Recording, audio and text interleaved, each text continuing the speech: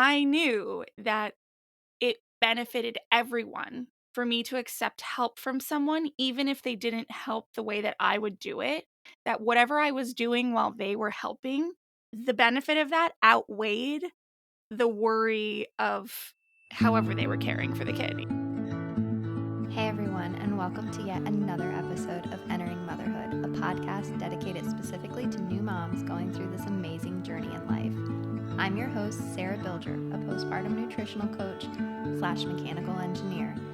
And as always, I'm so excited to be here with you and share all of the information I've been lucky enough to obtain since becoming a mom. In this episode, we talk with Christie Rocha, the host of the Sass Says Podcast, about her journey into motherhood and how she is an advocate for mental health.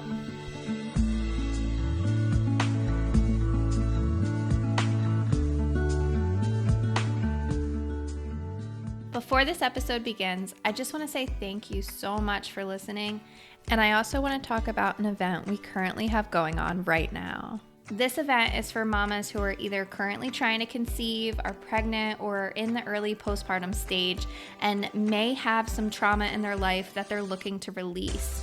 We go through 30 ways in 30 days of how to heal your trauma.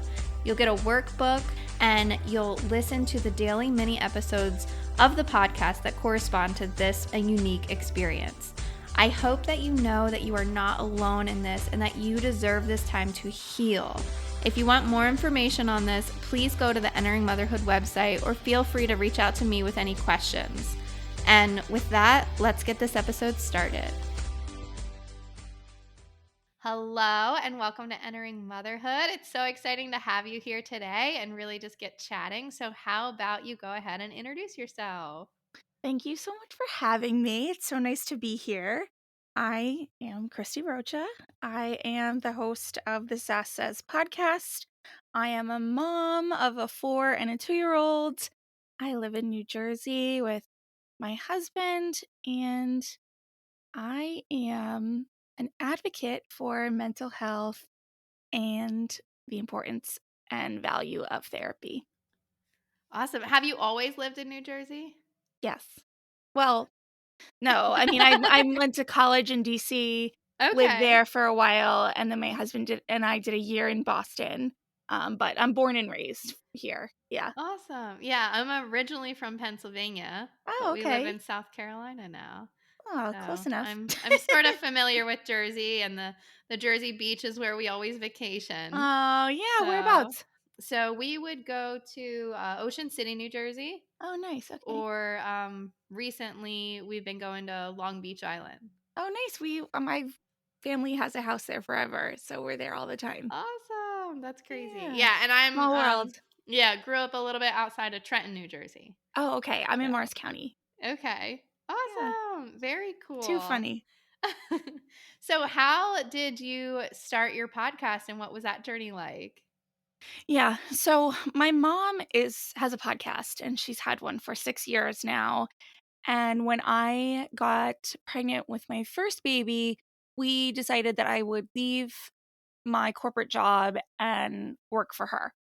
So that is where I got a lot of my podcasting experience and influence. And it's been very nice to not have to reinvent the wheel in many ways. So I had a lot of experience working for her and understanding podcasting and the value and all the things. But I did always kind of know that it was not my forever job to work for her. So, um, actually, I was gotten to such a place where I didn't know what I wanted to do with my life, but I knew I had something to say, essentially. She actually gifted me a book. It's called What Color is Your Parachute? And it's a workbook about, really getting down to it about what by the end of it, it's supposed to basically tell you what you should do. And by tell you, I mean they take you through all these exercises so that you essentially are telling yourself. And it was so painfully obvious based on my schedule, my lifestyle, my interests, my goals in life that podcasting could be a very good fit for me. So, as far as what I was going to talk about, I wasn't sure, but really the more I got into my therapy journey and really the more kind of aha moments I had with it, I just thought more people need to know about this. And, because I have a good life, my husband and I are happy, my kids are healthy, I had a job, we have a roof over our head, and childhood was, like, pretty normal, And I was really struggling, but I didn't understand that therapy could be for someone like me that just needed help. I thought that you had to have suffered, like, one of the big T traumas to go, and what I know now is that trauma is in the eye of the beholder, right? So, in a way, postpartum depression, postpartum anxiety, becoming a mom was a little bit traumatic for me. And, combined with a lot of other life changes, we moved, as I mentioned a few times. I changed my career drastically from going to corporate America, having a set of rules, to working for my mom, who's like flying by the seat of her pants. And I'm working from home, very much like you are, with my baby beside me, and just, and unfortunately, we did lose my sister in law at a young age to cancer. And all this happened all around the same time. So yeah, I started therapy, and where this started was your question of my podcast was just, again, feeling like, wow, therapy is changing my life, and I had no idea that this was an option for me, and I'm sure there are other women out there who are struggling and don't know it's an option for them. So, let me bring the message. So Yeah, I completely agree on that. And like you were saying, there's that big T trauma that they talk about. And we all think, oh, when we hear the word trauma or traumatic and things like that, we kind of go to that extreme of, well, my birth wasn't traumatic, or I don't have any trauma, or what could I possibly have been through? Oh, my childhood was fine. And I had this average life. But I think to some extent, when we go through that transition into motherhood, our bodies have been through trauma. And no matter what kind of birth that we had, there has been a rapid physical change. And our lifestyle has been through some sort of, even if it's that little T trauma, I think, we have gone through that transition, and it's an adjustment for all of us, no matter, how you're feeling as you're transitioning through it.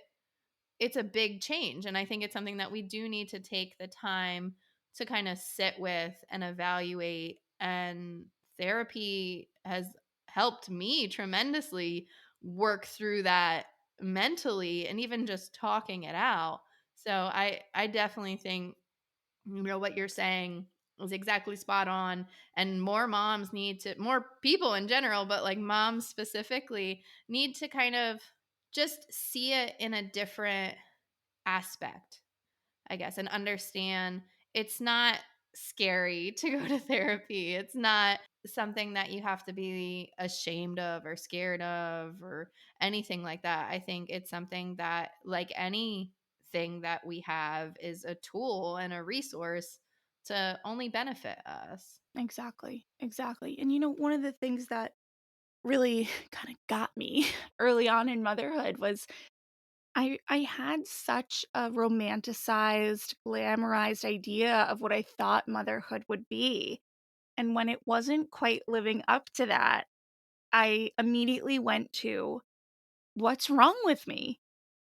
Why am I not handling this the same way I can't even believe I'm gonna say it now, but seeing other women on social media doing it, and, like, we all know that that's a sliver of reality, and it's not the full picture, and who knows what's happening behind those matching outfits and smiles, right? But when you're in it, and you're in the thick of it, and you're new to it, it is it rocked me, and I really felt like that transition was like I could very clearly picture and think about who I was before, but the transition into who this person is after birthing humans, like, I didn't know who she was, and, that's scary, like, it's a total for me, it felt like I totally lost myself, I learned very quickly that I know now, I shouldn't say I learned very quickly.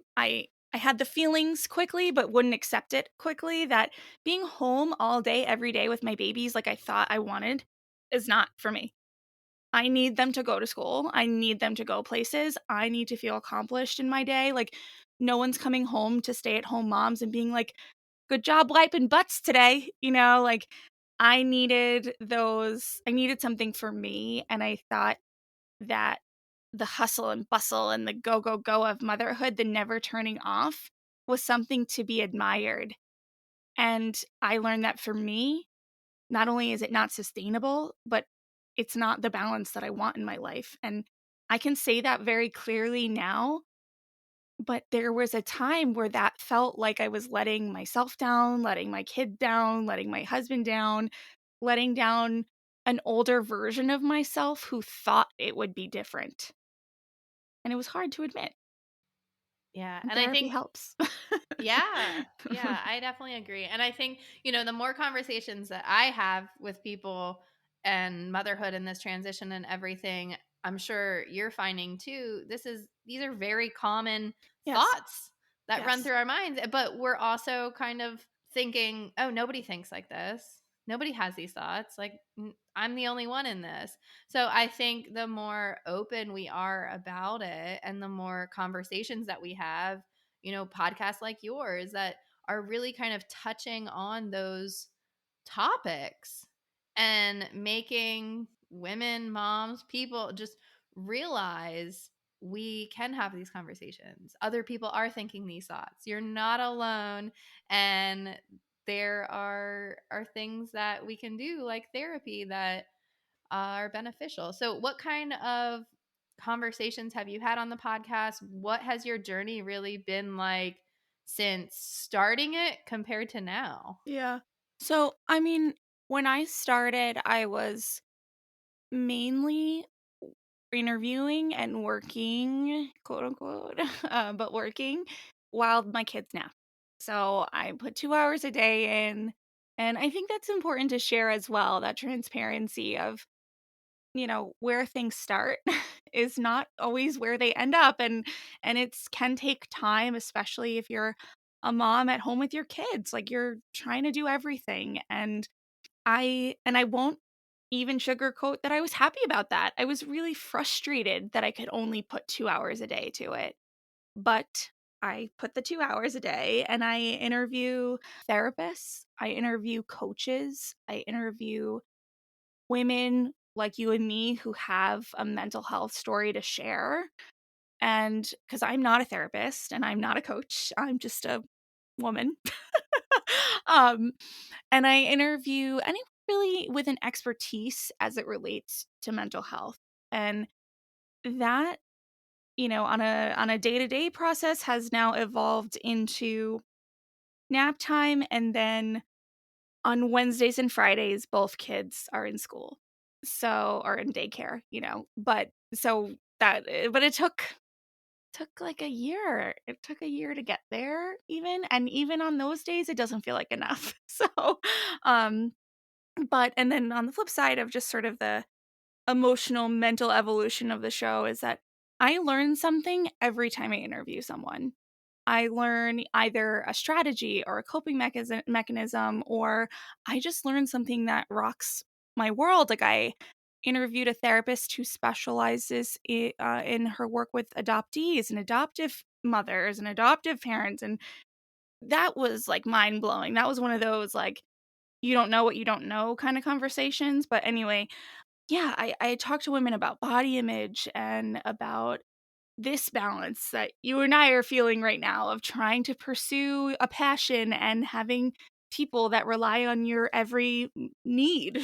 I interview therapists and counselors and experts who can help us navigate our relationships through the transition of motherhood. And I've had some women on who talk about I call it the intangible, but it just sort of encompasses like spirituality, mindset, manifestation, all the things that have kind of been on my to-do list for a decade and need to start making time for. So I'm like, help me, tell me how to do this. And really a consistent theme throughout almost every show, regardless of the specific topic, is the idea of self-care. I'm very triggered by that phrase. I felt, especially as a new mom, as well-intentioned as everyone was around me saying, "Don't forget about you, take care of yourself. Why don't you go get a manicure? Why don't you, go get your hair cut?" I just remember looking at them like, "How? How am I supposed to go do those things when I have this little baby and it's just me and her and that's all I've got?" And again, I didn't realize it at the time, but I definitely had postpartum anxiety, and so the idea of, "Sure, just get a sitter," like, no.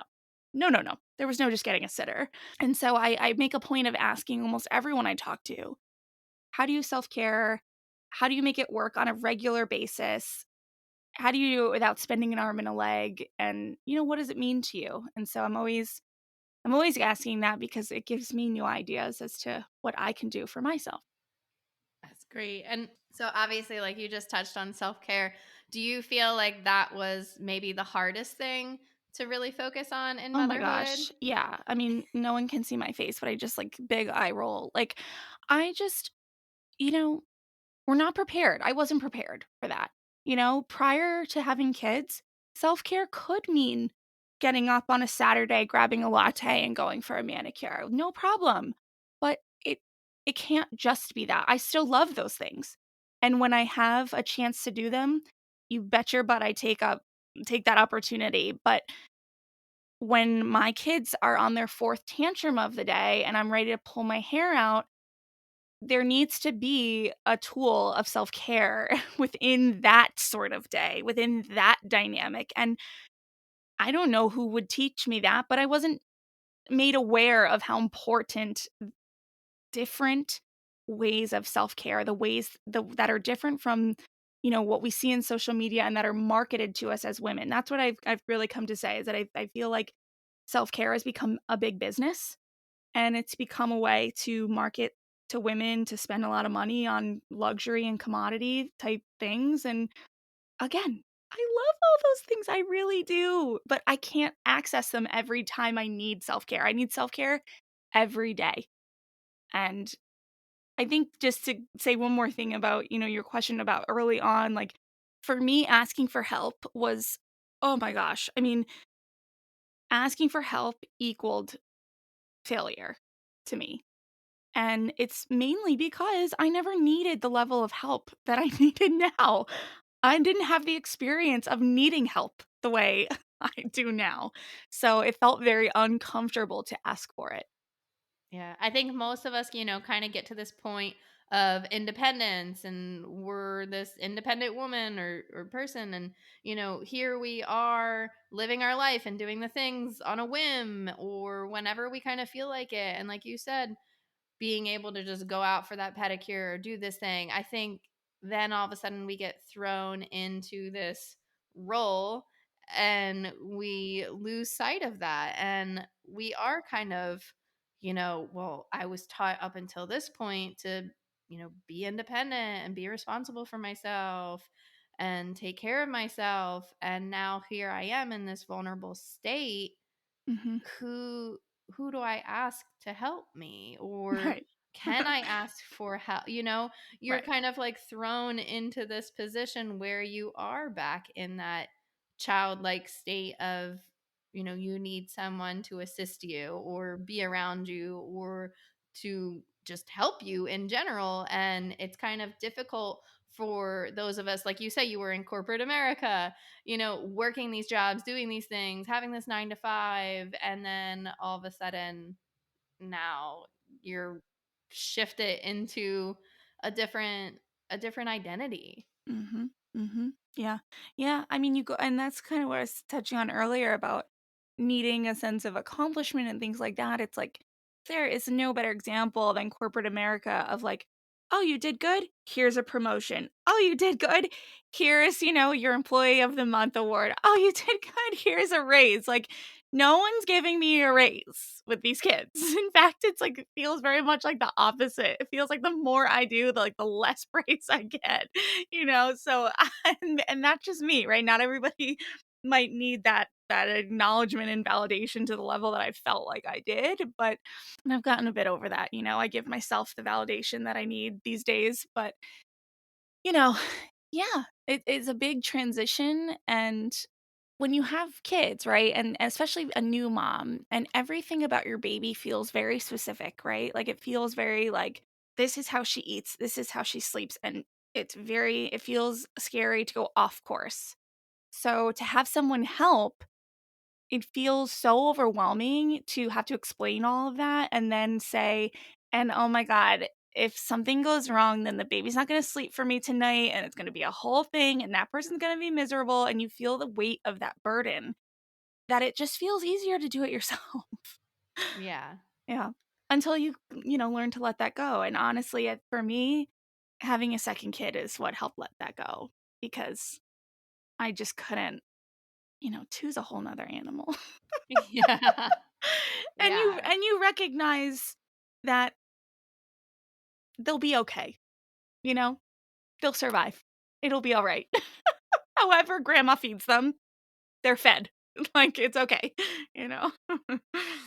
But yeah, I definitely think that transition into two has been, I don't want to say easier because it's a whole other, realm of different things, but because you have been through those things and you have realized, okay, like if I, let this person hold them, even if they're not holding their head properly, or, this isn't quite the way that I do it, it's all the same. And like, but that is such a hard thing to, I don't want to say get over, but it's a hard thing to process when you're a first time mom, and all those feelings and emotions, especially if you're having anxiety or depression or some mood disorder that's really altering your perception of what is going on, and you're so heightened and kind of overwhelmed with any little change, top on somebody holding your baby or being around your baby, and I think those emotions just kind of skyrocket. Yeah. Yeah. I think the shift as you're talking, it's actually clarifying for me what the shift was. It was with my second, wasn't so much, you know what? Whatever they do is fine, they'll survive.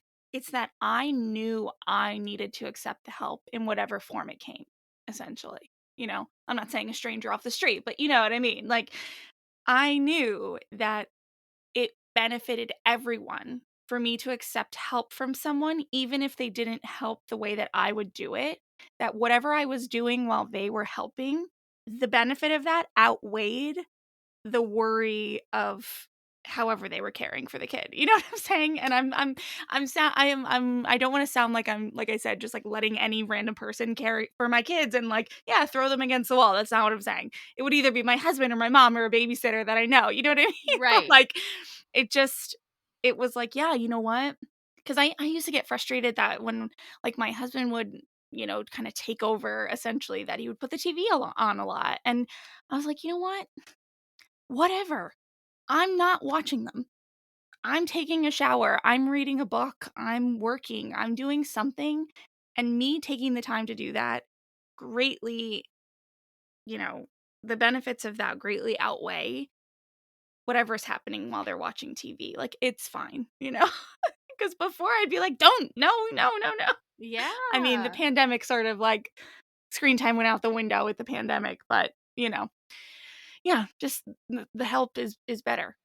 Yeah. So what other things do you do to kind of help with, self-care, or even just in general motherhood? Like, what have you learned to kind of do to help with your mental health? Yeah. So there are, just a lot of tasks in my day that are mundane and feel like I want to bang my head against the wall. And so now I keep a set of headphones on each floor of my house. And if I'm going to do dishes, if I'm going to do laundry, if I'm going to do any of the things that I just don't want to do but have to get done, or clean up toys, a podcast is going on. I almost never do that stuff without some sort of entertainment in my ears. And if the kids are home in a week, it's one earbud in and the other earbud on them. But it has helped me to almost look forward to doing those things. because I know I'm going to either learn something through a podcast or I'm gonna put Spotify on and have a little fun while I'm doing it. That's changed my life. The other thing is I learned this from a therapist. Her name is Jax Anderson. She was on my show, and as far I know movement is very good for my mental health, but there's a whole, like, a little can of worms that I won't open, but I've really been struggling with my body image postpartum and post-quarantine and the whole 9. But what she says that she does, and it's really helped me, is that before she moves, before she works out, she says to herself, "Is this for my mental health or my physical health?" And that, to me, just helped take the pressure off of every quote unquote workout being the most intense thing I've ever done in my life and for the some end goal of weight loss. It was like, you know what? Sometimes I just need to do this so I can think.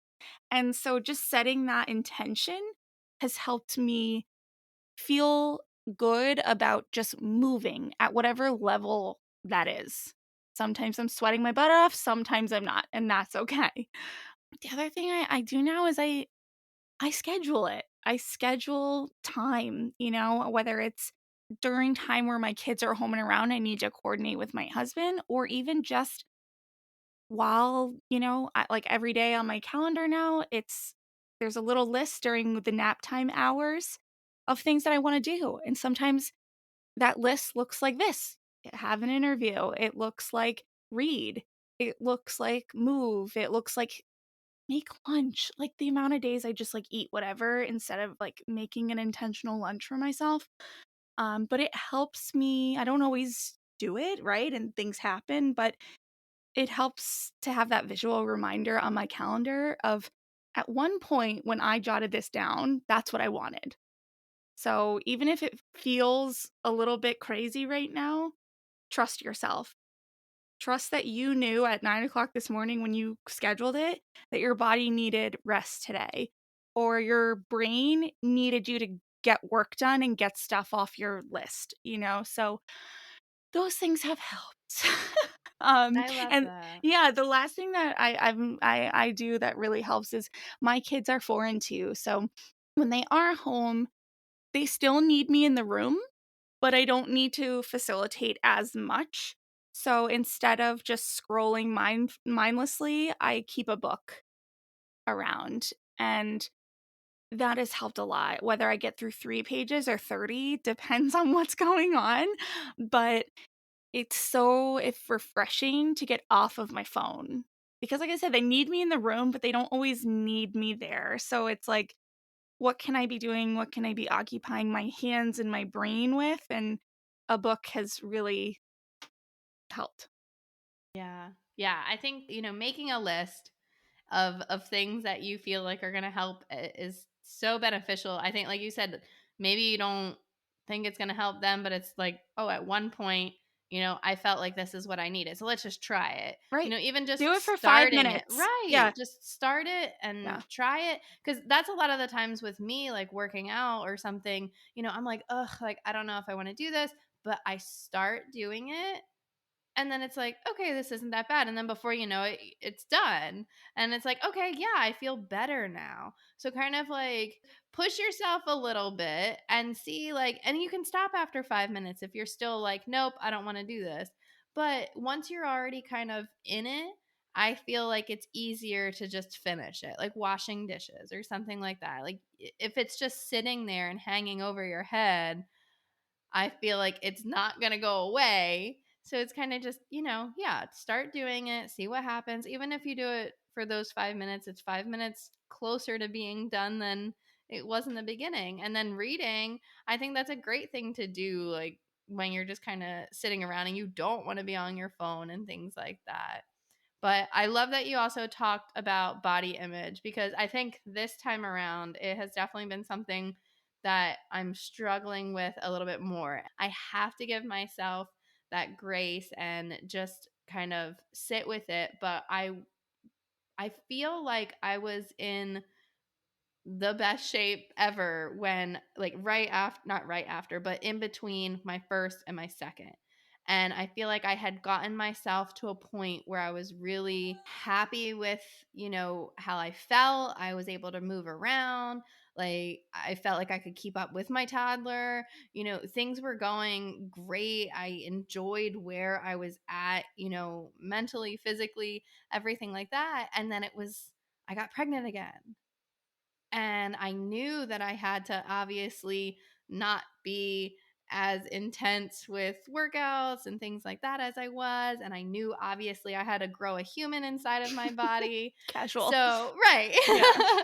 Like I knew that I was going to get bigger and I knew that was going to happen. But this time around, I'm like, am I going to be able to do it again? Like, am I going to be able to get back to where I was? And I know somewhere in my mind that that is true and it will happen if that's like where I'm going to be. And I also know, obviously, it's not going to be exactly the same because I have had another child, but it's very daunting and it's hard to kind of get through that when you're used to seeing your body a certain way and then now it's gone through multiple changes. And I love that you said, though, is this for like my physical or mental health, and kind of just like evaluating that and saying like, why am I doing this, and what is that like? But yeah, definitely this time is a harder transition than it was before. Yeah. Yeah. My second was born February 2020. So I went into that postpartum period like, okay, I got this. I know what to do here. I'm ready to go. And unfortunately, we had a global pandemic, and I am now home, and our gym is closed, and all the activities are closed. And, my husband's home from work, which had its major benefits because he never would have had that time home with us before. But he also is a great cook and was just cooking food the whole time we were in quarantine. And I'm like so thankful because I'm nursing a newborn and taking care of a toddler and who has time. But I also definitely let myself enjoy whatever he was making. And let me tell you, he doesn't make, salads. So, but this has been like a whole thing for me. This is like, I've had a couple of guests now on the show talking about diet culture and intuitive eating and, finding food freedom.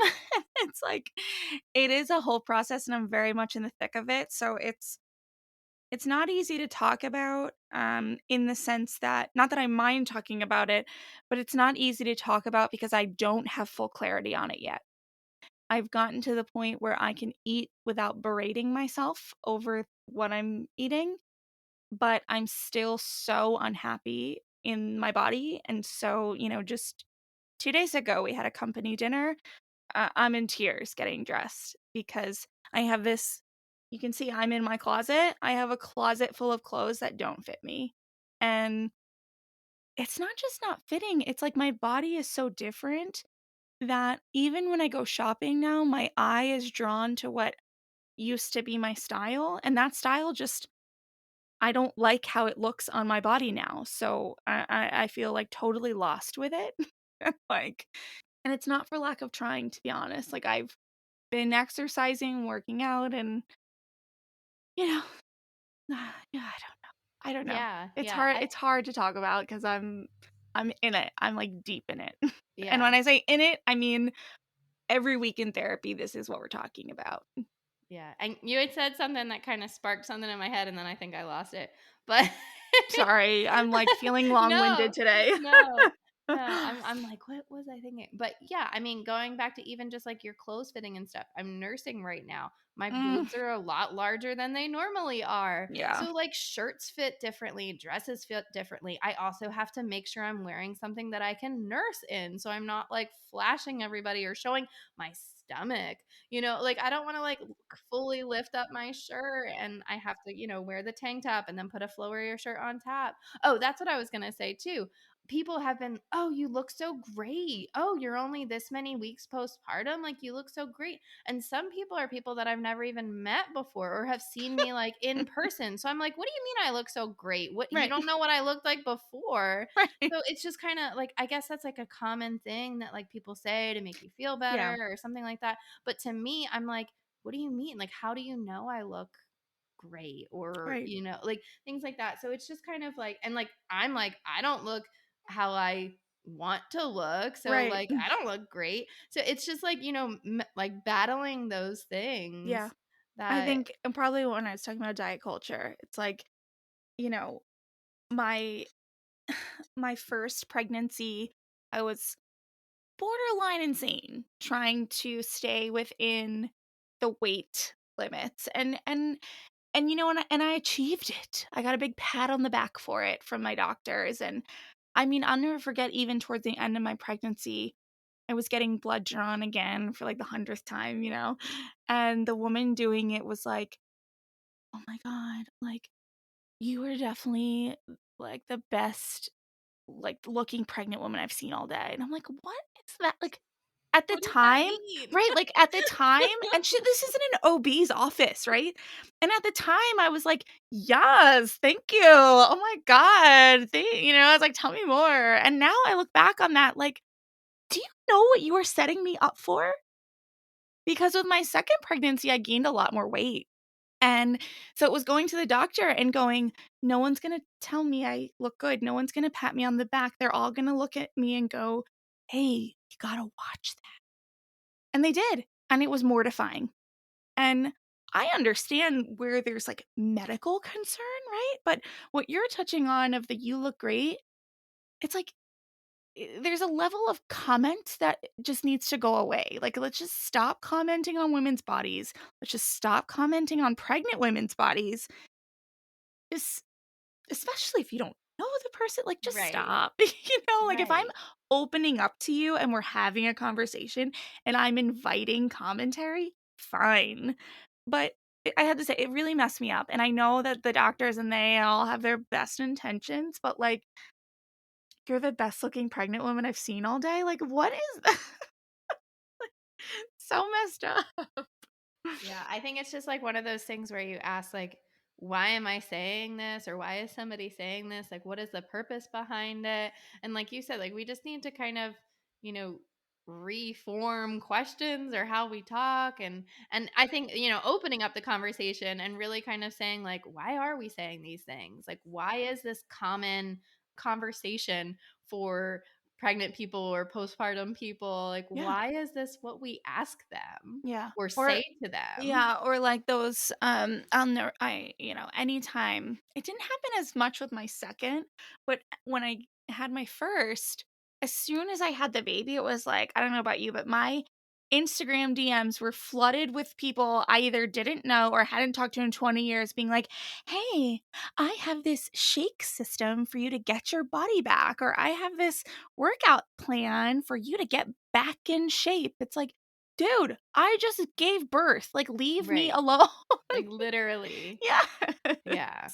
Yeah. Yeah, it's a lot of pressure, and I know now that I a lot of that pressure comes from me, but what I'm learning is how ingrained diet culture is from the time we're, you know, 3, 4 years old. The messaging starts, particularly for anyone who identifies as a woman, because thin is better, thin is more valued than thin, and Yeah. it's not right. Yeah, I've been watching a lot of kind of reality TV show on maternity leave and things like Mhm. that. And there's right now the one that I'm watching, there's twins, and they referred to them as the skinny one and the fat one. And I was like, oh my Oh, gosh, like they're god. identical twins. They Oh my literally god. look so similar. And I'm like, how in the world? Like, is that how you're gonna decipher who's who? And it's little things like that that like It I'm cut like, deep, yeah.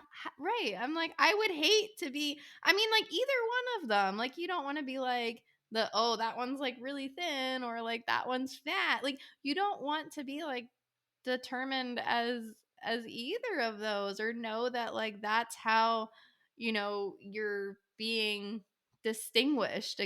against. Yeah. Yeah.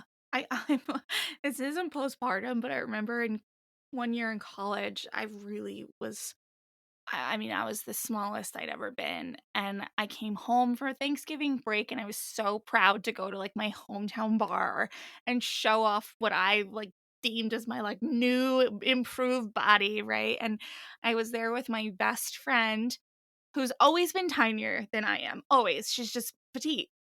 And the bouncers who we knew, were trying to this was the end of the night, they're trying to get us to leave, right? We wanted to stay, and I'll never forget this. Even 3 sheets to the wind, I heard it and I internalized it. He looked at the other bouncer and was like, "All right, we gotta get them out of here." He's like, "You take the little one, I'll take the big one." And I just looked at him, I was like, "Excuse me?" And he was like, "Oh, I don't mean anything by it. I just, she's smaller than you are." And I was like, in my head, I'm going, I just killed myself for the whole entire first semester to come back here to be rewarded for being thin, and you just called me the big one. And like, oh my God, it set me off.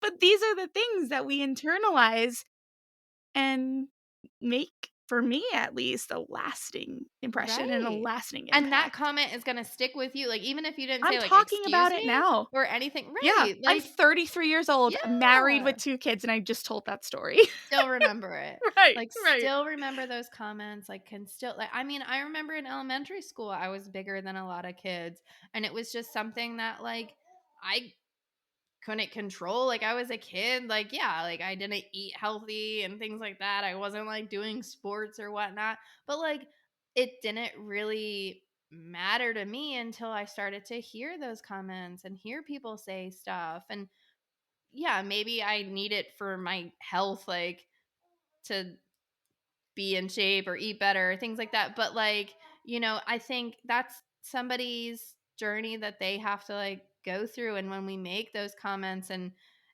things like that will stick with you. Those are the things that like you remember and really kind of linger. Yeah. Yeah, it would probably blow his mind to know that I just told that story. I'm working on it. I'm Mhm. working on it. Yeah. But, do you have any other final kind of insight or things that you wish you would have known initially postpartum or just in general entering motherhood and your journey, what you know now and what you kind of wish your past self would have been more aware of? Yeah, I think, the big one is that asking for help, getting help, and first and foremost acknowledging that you need help as a new mom is not a reflection of who you are as a person or a mom. You can still be strong, you can still be, loving and worthy. You need help as an entire human, and help is okay. And I didn't know that. So take one from me. And the other thing is that with my second, it became very obvious to me because I was working with a therapist at that point, and we were in the middle of the pandemic, that I was dealing with depression. And it's only in hindsight now that I recognize the depression and the anxiety that I experienced the first time. And so what I share now is that if you're really struggling, it's not just the way it is. I remember being very tired, obviously, and very unhappy and crying a lot and the whole thing. And just sort of getting that feeling from everyone around me like, yeah, that's how motherhood is. That's how the fourth trimester is. And you know what? I can recognize now that there was another layer to my suffering that isn't how it is. Yes, you have a new baby, and yes, you're going to be up around the clock and you're going to be tired, and sleep deprivation is no joke. It is the worst thing I think I've ever experienced, worse than depression. I'd rather be depressed than have sleep deprivation. But, you know, there's a level, there's nuances to be aware of. For me, I had a baby for the first time, and I didn't leave the house for like 4 months. Not kidding.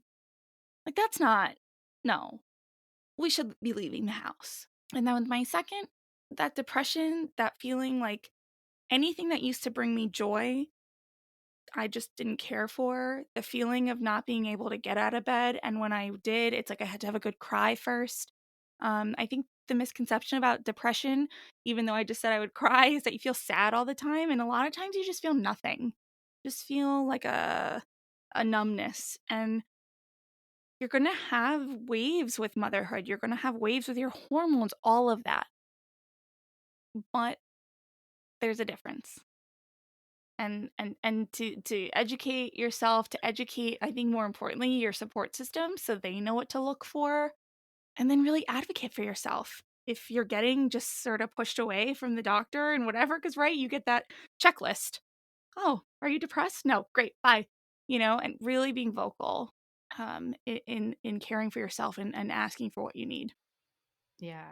I feel like we could talk about this all day I because know. I think there's so many layers of Yeah. it, and mental health is something that a lot of people don't talk about, and a lot of the time our transition into motherhood needs to be revolving around our mental health just as much as anything else, and the growth of our child and stuff. There's the growth of us, and I think we need to be talking about it more. Like you said, educating ourselves about it more. And, I think it's just such an amazing topic that there's just so much to really dig up and uncover about it. So where can we find your podcast, and where are you at on social media and everything like that if we want to really listen to these Yeah, episodes dig and in. hear more? Yeah.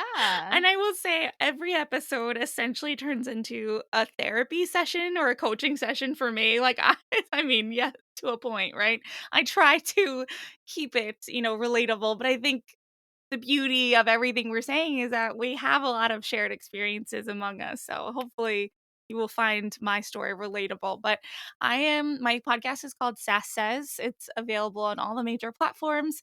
My website is sasssays.com. I'm mainly on Instagram and TikTok at Sass Says.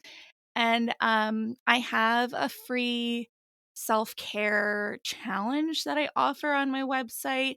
It's sasssays.com/care. Basically, it's not a pressure challenge. It's just a challenge for yourself.